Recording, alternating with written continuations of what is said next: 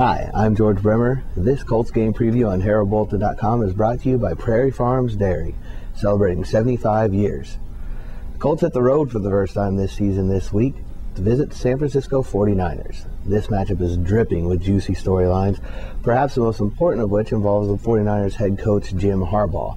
He's obviously famous in Indianapolis for his days as captain comeback with the Colts, but he's also very familiar with the Colts' second-year quarterback Andrew Luck.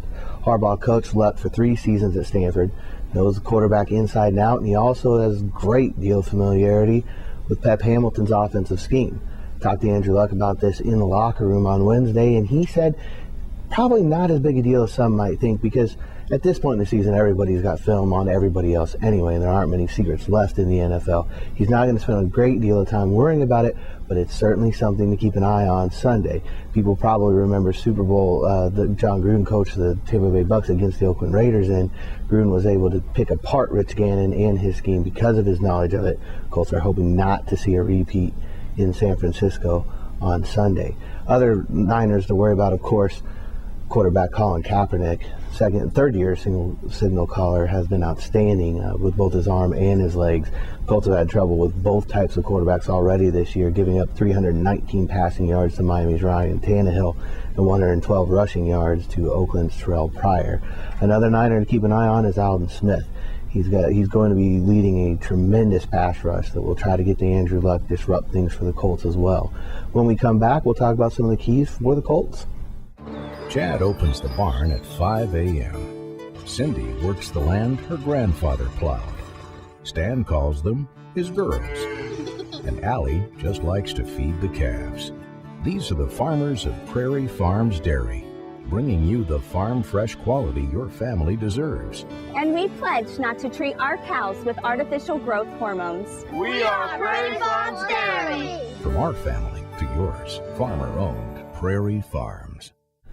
Indianapolis probably doesn't want to get into a shootout on Sunday. That's not the best idea, the best way to attack this team. So part of the idea will be ball control. That means a running game. Ahmad Bradshaw will probably be the lead runner, but the Colts got a little bit of help in that area on Wednesday with a major trade for Cleveland running back Trent Richardson. Indianapolis now has the number 1 and number 3 picks from the 2012 NFL Draft.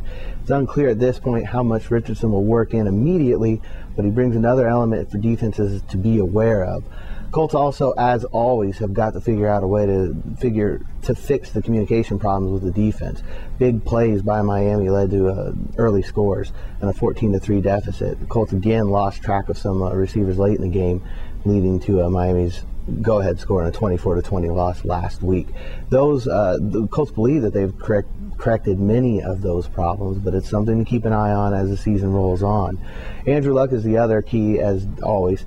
He needs to have a solid game, and he needs to bounce back a little bit from an off day against the Dolphins. He threw for 321 yards, but his first interception of the year cost the Colts on a fourth-quarter scoring drive, and he was sacked on 4th down to end their last offensive series. It'll be a big homecoming of sorts for him, Coby Fleener, Griff Whalen, and Delano Howe, all former members of the Stanford Cardinal, just a little drive away from where they'll be playing on Sunday in San Francisco.